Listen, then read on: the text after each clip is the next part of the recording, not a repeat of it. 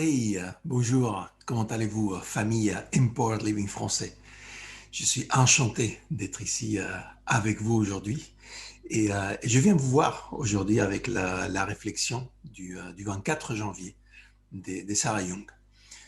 Ce n'est pas une réflexion qui est dans ces cahiers des travails des 52 semaines, d'accord, mais elle m'a spécialement parlé. Alors je voulais la partager avec vous ainsi que trois questions qui m'ont été inspirées à la fin de ce texte. Donc le texte, il dit: Ma paix est le trésor des trésors, une perle de grande valeur.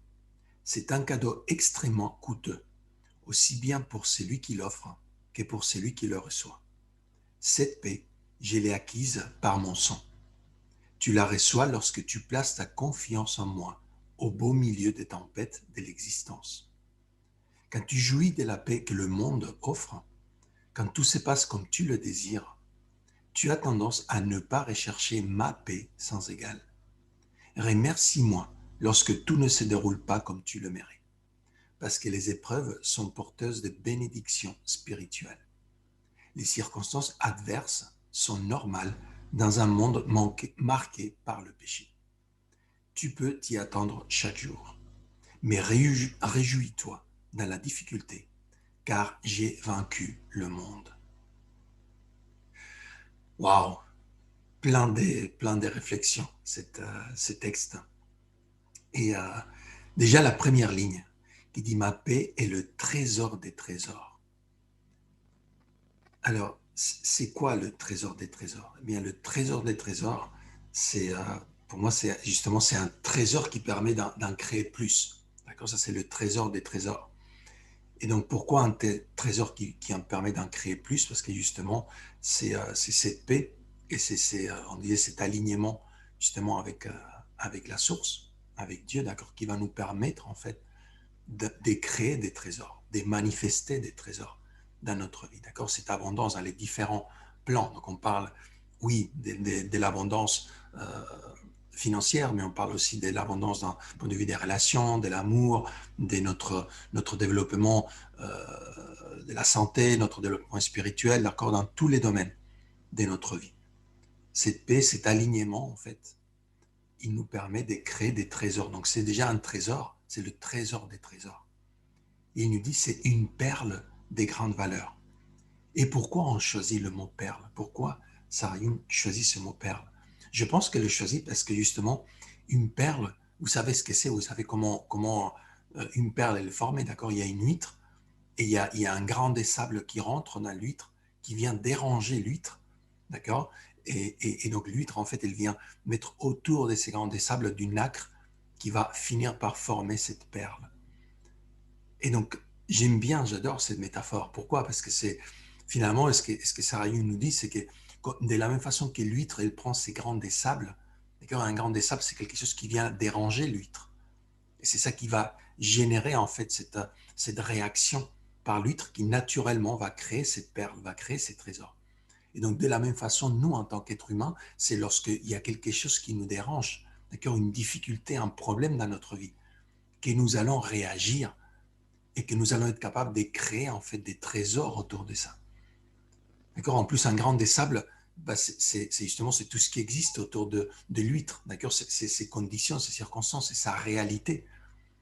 Et c'est ça en fait qui lui permet, d'accord, lorsque ça devient un problème pour elle, c'est ça qui lui permet de créer cette beauté, ces trésors, cette perle. Et donc vous voyez, on prend ce qui est autour de nous, on prend ce qui est courant, on prend nos circonstances, et quand elles deviennent des problèmes, on est capable de créer des trésors. On est capable de co-créer ces trésors. Il nous dit en plus: c'est un cadeau extrêmement coûteux, aussi bien pour celui qui l'offre que pour celui qui le reçoit.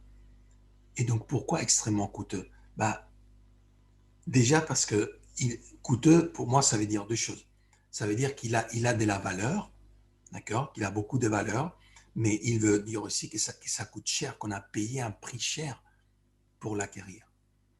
Et donc, du coup, que ce soit du point de vue de celui qui donne, d'accord, celui qui donne pour l'acquérir, il a dû en fait payer un prix cher. Et celui qui reçoit, d'accord, donc nous, dans un premier moment, lorsque nous devenons alignés avec la source, d'accord, mais aussi quelqu'un d'autre lorsque nous avons acquis justement cette paix en fait, et ces cadeaux et nous allons le donner à quelqu'un d'autre, nous allons justement lui donner quelque chose de grande valeur. Donc c'est lui qui le reçoit, il reçoit aussi une grande valeur. Donc il nous dit, cette paix, je l'ai acquise par mon sang. Par mon sang. Qu'est-ce qu'il y a des prix justement plus hauts? D'accord, on a dit lorsqu'on va acquérir cette paix, on doit payer un prix. Et on parle des prix justement des difficultés dans la vie. Et là, mais là justement, on nous parle, il dit, je l'ai acquise par mon sang. Mon sang, c'est ma vie terrestre en fait. C'est vraiment le plus haut sacrifice qu'on peut payer dans ce monde. Et donc je pense que là, dans cette phrase, on nous invite justement à être, à être intentionnel et à être leader par l'exemple. D'accord, si dans ce cas-là, là, il nous parle de ce que le personnage de Jésus a fait dans la Bible, d'accord, eh bien, nous devons aussi être exemple pour les autres. Je pense effectivement, est-ce que, par exemple, nos familles vont voir, nos enfants vont voir, nos amis vont voir, nos employés vont voir autour de nous. Comment nous nous positionnons, les personnes dans notre communauté, comment nous nous positionnons en tant que leader? Quelle est cette réaction que nous avons vis-à-vis des difficultés dans la vie? Est-ce que nous les prenons justement comme des problèmes insurmontables et nous nous plaignons de ce qui nous arrive, d'accord? Ou est-ce que nous sommes capables en fait de voir avec, voilà, dans une position de méta, voir avec de la distance, avec de la hauteur et comprendre que ces difficultés-là sont là pour nous faire grandir, pour créer ces trésors comme ces perles. Et donc nous allons parler et nous allons agir et nous allons montrer l'exemple pour les autres. Quand je pense justement à, j'ai vu récemment, j'ai revu le film Invictus, d'accord, c'est Clint Eastwood qui l'a dirigé et, et, donc en fait avec il y a Nelson Mandela, d'accord, qui apparaît dans le film et le capitaine de l'équipe des rugby justement de l'Afrique du Sud. À ce moment-là, c'était François Pinard qui s'appelait. Et donc, il y a un entretien entre les deux, d'accord, et Nelson Mandela demande à François Pinard, il lui dit, mais voilà, quelle est ton idée du leadership? Comment tu fais pour mener les personnes de ton équipe? Et il lui dit, je mène en fait par l'exemple. Mon idée de leadership, c'est vraiment de donner l'exemple. Et c'est ça dont on a besoin. Nous avons besoin d'être leader par l'exemple. D'accord, on a trop des dirigeants et des personnes autour de nous qui sont censés être des leaders et qui ne démontrent pas ces qualités de leadership. D'accord, quand vous m'entendrez parler du leadership, si vous êtes dans la John Maxwell Team, si vous êtes dans leadership et transformation en francophonie, vous nous entendrez parler dans cet institut francophone du leadership transformationnel, vous nous entendrez parler justement du leadership transformationnel.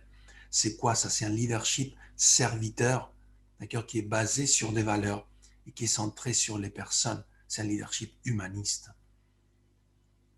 Alors ça, c'est une invitation justement à être leader et à être un leader humaniste, à donner l'exemple de comment on est capable de prendre les circonstances du quotidien et les tourner en trésor. Nous passons en fait une période qui n'est pas évidente pour beaucoup de personnes. Nous devons, en tant que leaders, d'être cet exemple de comment nous pouvons traverser, naviguer, surmonter ces circonstances.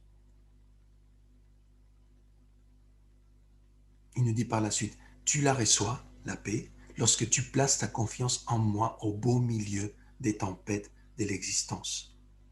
Donc c'est vraiment, voilà, nous devons placer notre confiance en Dieu, en la source, au beau milieu des tempêtes de l'existence. Donc nous aussi, nous devons faire des sacrifices. Et que nous allons avoir ces tempêtes au milieu de l'existence, de la réalité, dans ce monde physique, et nous devons aussi faire des sacrifices, passer au travers ces tempêtes. Il nous dit, quand tu jouis de la paix que le monde offre, et là le monde, c'est le monde physique, d'accord, et rappelez-vous, on parle en fait de l'être humain, on est en fait des êtres qui existent sur 3 plans d'existence. le plan spirituel, le plan intellectuel et le plan physique. Et donc, qu'est-ce qu'il nous dit là? Il nous dit, quand tu te focalises juste sur ce que le plan physique peut t'amener, d'accord, quand tu jouis de la paix que le monde offre, quand tout se passe comme tu les désires, tu as tendance à ne pas rechercher ma paix sans égale. Ma paix, c'est la paix de la source. C'est quoi? C'est le côté S spirituel. J'aime bien représenter le spirituel, intellectuel, physique par SIP, SIP. D'accord? Et donc là, elle nous dit le P, le monde physique. D'accord? Quand on a cette paix dans le monde physique, on a tendance à oublier en fait cette paix qui vient du monde spirituel. On oublie de la rechercher. Et il nous dit cette paix, elle est sans égale. Pourquoi sans égale? Parce que la paix que nous pouvons ressentir en nous basant uniquement sur ce qui se passe dans le monde physique, elle est passagère. Et comme on a bien vu, on peut avoir justement des difficultés et on va avoir des difficultés dans le monde physique. Et donc, qu'est-ce qui va se passer? Eh bien, si on est complètement ancré dans ces bénédictions, dans cette matérialisation, cette réalisation, d'accord, qui se sont données dans le monde physique, et c'est bien de les avoir, c'est vraiment des bénédictions, on doit les avoir. Ça veut dire qu'on est en train de faire bien quelque chose, d'accord? On est un canal de toute façon pour l'abondance. Donc, lorsque nous avons de l'abondance dans notre vie, ça veut dire qu'on est en train d'être source et canal pour cette abondance. Donc, c'est bien, il faut les avoir. Mais il faut être fier de ça, ce n'est pas un problème, d'accord? Mais on ne peut pas s'y attacher. Il ne faut pas s'y attacher au point que lorsqu'elles disparaissent, on perde les repères. On ne peut pas s'y attacher au point que lorsque nous n'avons plus le job qu'on avait, lorsque nous n'avons plus la position qu'on avait peut-être, parce que le business qu'on est en train de construire, peut-être qu'il disparaît pour des raisons X ou Y. Donc, ça peut être une crise financière, ça peut être une crise sanitaire, comme il arrive maintenant, d'autres raisons. Que ça nous perturbe, que ça nous fasse perdre le nord, que ça nous fasse perdre justement les repères. Non. On ne peut pas rester justement ancré à cette richesse du monde physique. C'est bien de les avoir, c'est bien de les manifester.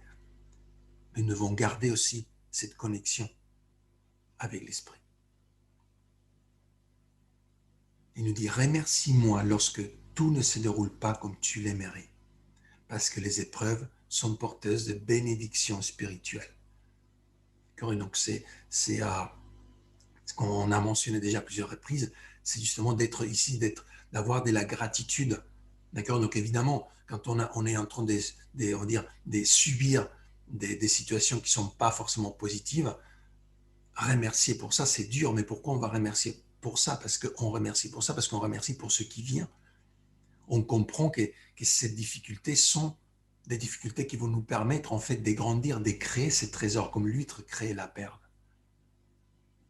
Et on sait ce qui vient, ou on sait en tout cas que ce qui vient, ça vient, voilà, ça va au-delà de notre compréhension. Donc peut-être qu'on ne sait pas exactement ce qui vient, mais on peut être confiant. C'est pour ça que ça nous demande de la confiance. Et on confie, on va avoir de la confiance parce qu'on a de la foi. D'accord? La foi par la compréhension, pas de la foi aveugle. Mais on comprend ce processus de co-création et on sait vers où on va.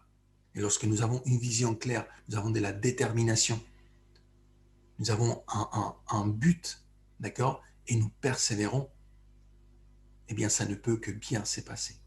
Ça va dans la bonne direction.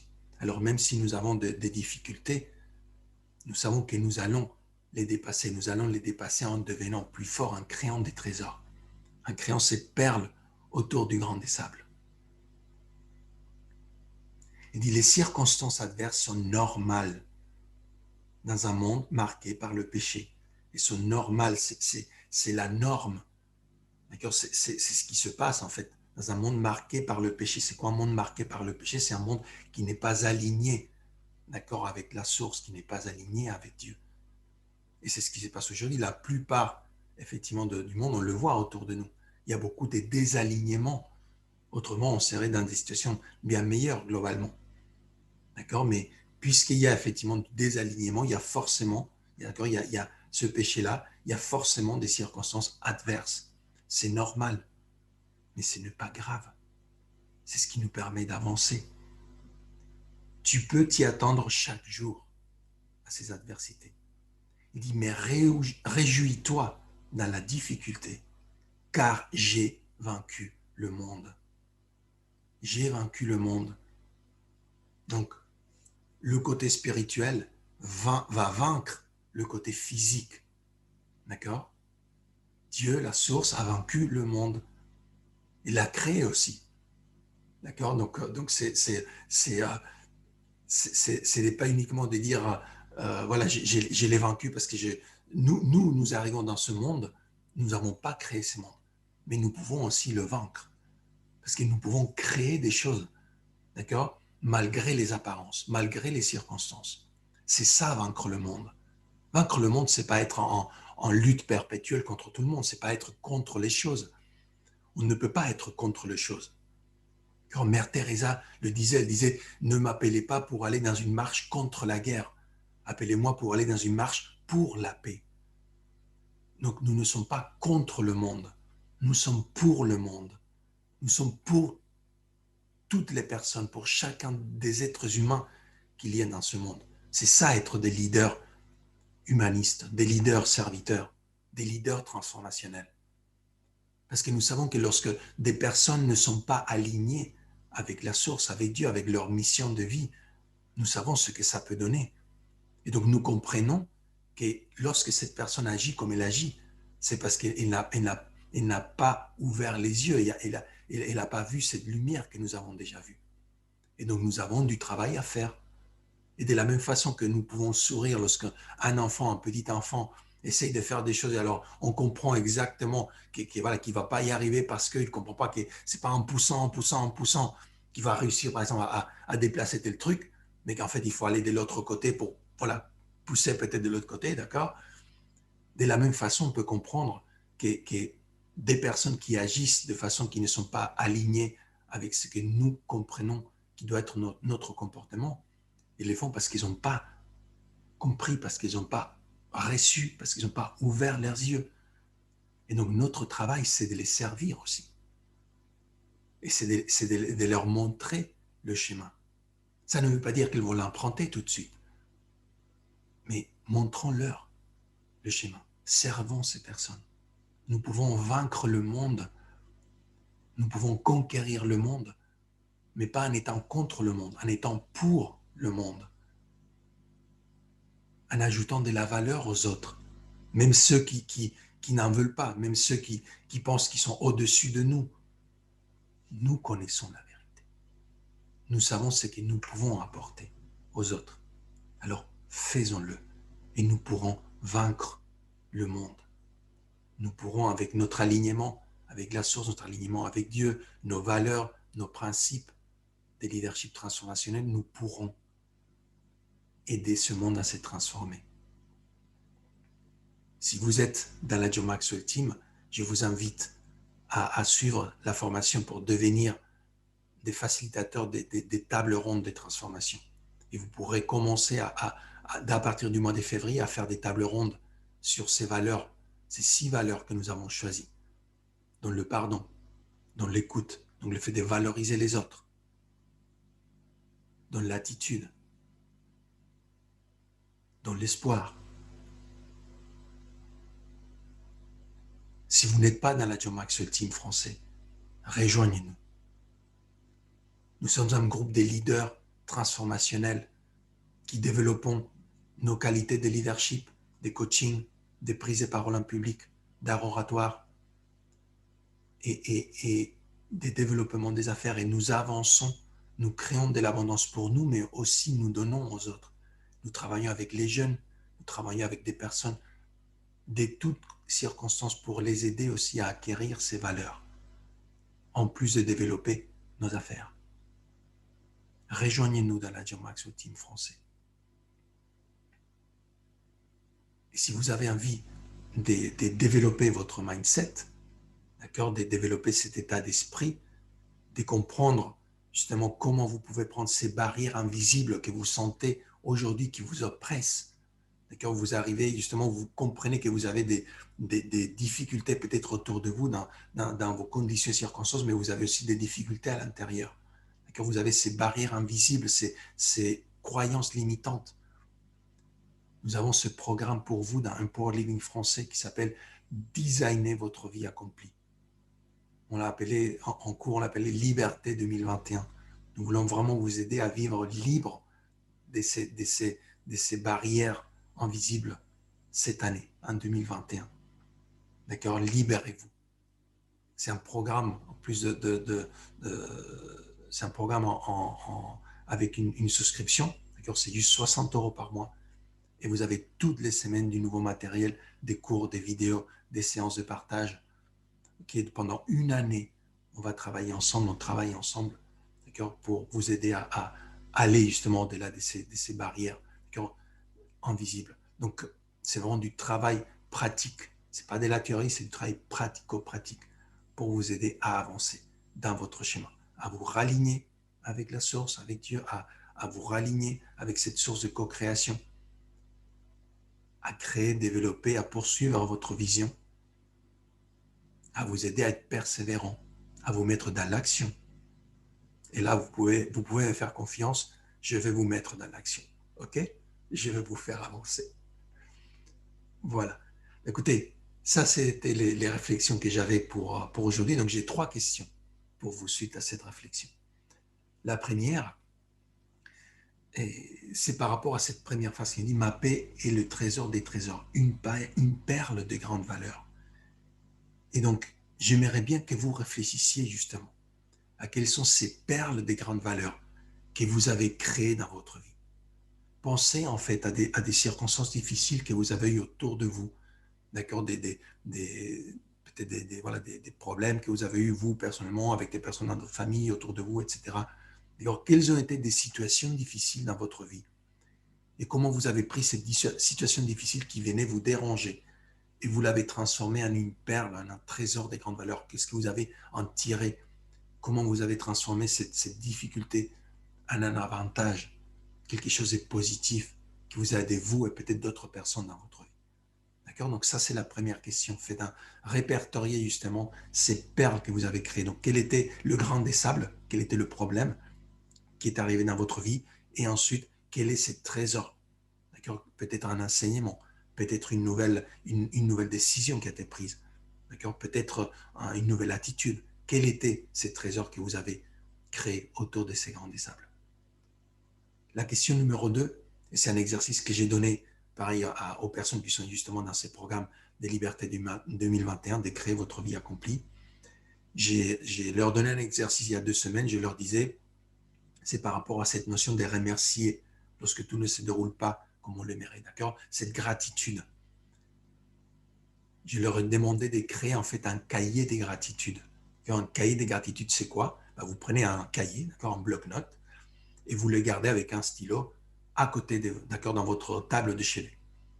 Et donc, à partir de ce soir, okay, vous allez écrire dans ce cahier, en fait, 5 choses pour lesquelles vous êtes en gratitude, vous êtes remerciant. Et il n'y a pas besoin que ce soit des choses très compliquées, très, très sophistiquées, d'accord? Ça peut être des choses très simples. Ça peut être, vous êtes un remerciant en gratitude peut-être pour le repas que vous avez mangé ce soir, peut-être pour une nouvelle robe que vous avez achetée ou une nouvelle voiture ou, je sais pas, une nouvelle maison. Hein, je ne sais pas qu'est-ce qui se passe en ce moment dans votre vie. D'accord, vous pouvez être remerciant aussi pour le fait, pour la santé que vous avez, vous, votre famille peut-être. Voilà. Donc choisissez 5 choses pour lesquelles vous êtes remerciant. D'accord? Et demain matin, quand vous vous réveillez, lisez cette liste. Lisez cette liste et rajoutez une nouvelle chose. Une nouvelle chose pour laquelle vous êtes remerciant. Et le demain soir, à nouveau, quand vous allez vous coucher, lisez cette liste. Là, vous aurez 6 choses. Et rajoutez une autre chose. D'accord? Et vous aurez 7 choses. Le lendemain matin, de même, vous lisez la liste et vous rajoutez encore une chose. Vous voulez être encore plus dans l'action, rajoutez 2 choses à chaque fois. D'accord? Mais vous allez voir comment au bout d'un mois, au bout de 30 jours, vous avez une liste énorme des choses pour lesquelles vous pouvez être en gratitude, vous pouvez être remerciant. Vous allez voir aussi, je vous invite déjà à le faire, mais vous allez voir en fait comment les choses pour lesquelles vous êtes en gratitude vont devenir de plus en plus importantes, de plus en plus, si vous voulez, spirituelles peut-être, de plus en plus transcendantales. Peut-être qu'au début, ça va vous sembler que vous êtes remerciant pour des choses qui sont un peu banales, mais toutes les choses, je vous ai dit, toutes les choses que vous avez dans votre vie, c'est des bénédictions, c'est des manifestations de cette abondance pour laquelle vous êtes une source et pour laquelle vous êtes un canal. Donc, toutes ces choses, elles sont bonnes à remercier. Donc, commencez par là et vous verrez que par la suite, ça deviendra peut-être plus en accord avec ce que vous pensez que vous devez être en gratitude devant Dieu ou devant la source. D'accord? Mais commencez. Et la troisième question, c'est justement quand il nous parle des bénédictions spirituelles, il nous dit « Réjouis-toi dans la difficulté, car j'ai vaincu le monde. » Et donc, nous avons parlé dans la première question des situations qui étaient difficiles pour vous et qui vous ont aidé à avancer, d'accord, à créer des perles, des trésors. Et donc ici, je vais vous demander de penser au pas suivant. Là, la première question, c'est quand vous avez reçu cette paix, quand vous avez été capable de créer, de faire un sacrifice et créer cette paix pour vous. Ici, je vais vous demander justement de répertorier comment vous avez vaincu le monde. À quelles occasions vous avez été pour le monde? Vous avez été donné cette paix, cette sagesse que vous avez accumulée, là, vous avez été la donner à quelqu'un d'autre, vous lui avez ajouté de la valeur. Ça se trouve que la personne l'a très bien reçu et qu'elle a pu créer un changement dans sa vie. Ça se trouve que la personne n'a rien compris, elle n'a rien voulu savoir. Il vous a dit, mais de quoi vous parlez? Elle est partie, mais c'est pas grave. Vous avez fait le geste. Et c'est ça qui est important. Donc, répertoriez justement des situations comme ça où vous avez vaincu le monde, vous avez été pour le monde, vous avez donné de la valeur à quelqu'un d'autre. Et si vous avez réussi à ce que cette personne change quelque chose, qu'il y a un bénéfice manifeste pour la personne, grâce à cette valeur que vous lui avez donnée, répertoriez-le aussi. Car c'est des occasions où vous avez justement vaincu le monde vous-même. Je vous remercie. C'était un vrai plaisir, un vrai bonheur et un privilège, comme toujours, de partager ces moments avec vous. Je vous souhaite une excellente journée pour vous, pour vos familles, beaucoup de santé, beaucoup de bénédictions, justement. Continuez à être exemple des leadership, à être exemple d'attitude et continuer justement à être pour le monde et à vaincre ce monde, à transformer ces mondes. Merci beaucoup. Je vous dis à très bientôt.